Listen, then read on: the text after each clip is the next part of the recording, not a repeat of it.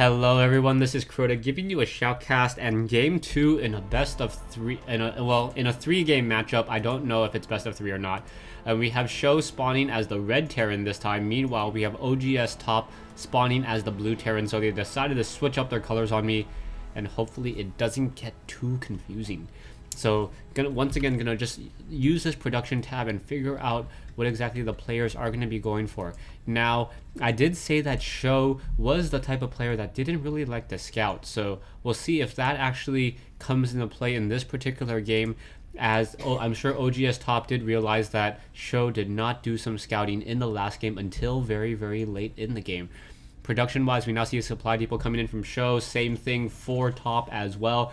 So both sides pretty much almost exactly the same exact timing there. Still continuing to train up more SCVs. Sjow will be a little bit ahead in just a moment, as it will be able to train hit an SCV 2 game seconds faster than his opponent.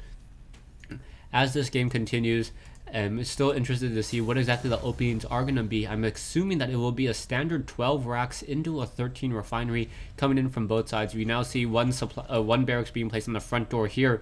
Meanwhile, the barracks of OGS top being positioned here. So OGS top positioning the barracks here should be able to move out with, we'll be able to train up Marines and rally here. And yes, both sides going for that refinery. And now we finally see top moving out with one SCV in order to do some scouting. Typical Sjow excuse me, I seem to have the hiccups. Typical Sjow still has not done any scouting whatsoever, so as this SCV rounds around the corner, he will be able to figure out and know exactly what Sjow is going to be doing. So top will be doing the scouting first, but that does mean that Sjow will have a little bit of an economic advantage, as a Marine is now being trained, so that SCV will be able to show up just in time into Sjow's base.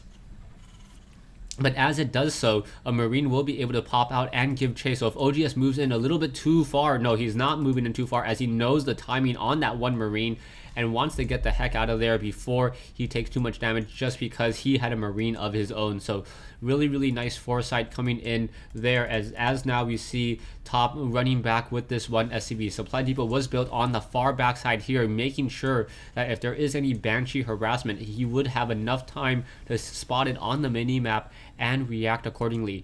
2 Marines on the front door here, both sides still training up more Marines, as we now see a second refinery being placed now by both sides. So production tab mirror wise, this is exactly the same game. It just seems like top is about 4 game seconds behind in terms of everything. You can see that the factory is now coming in, and now we also had a supply drop coming in from Sjow. So Sjow getting a supply drop in order to not, I think it was a supply drop. No supply drop. I thought I saw a supply drop for a second.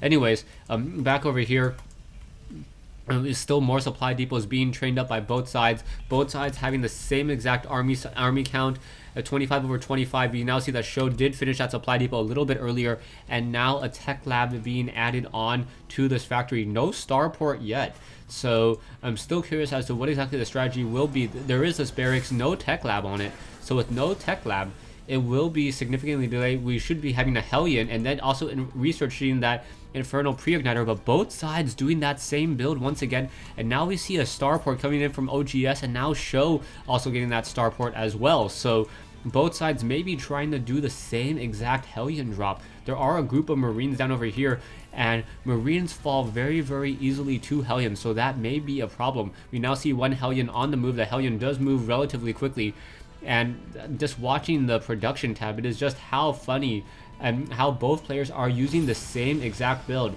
That SCV will get taken down with little to no problem whatsoever. Down it goes as that Hellion continues to move across the map. We do see a couple Marines here. The Marines are lined up in a way so that the Hellion will not be able to get that much splash damage unless it tries to position itself right there.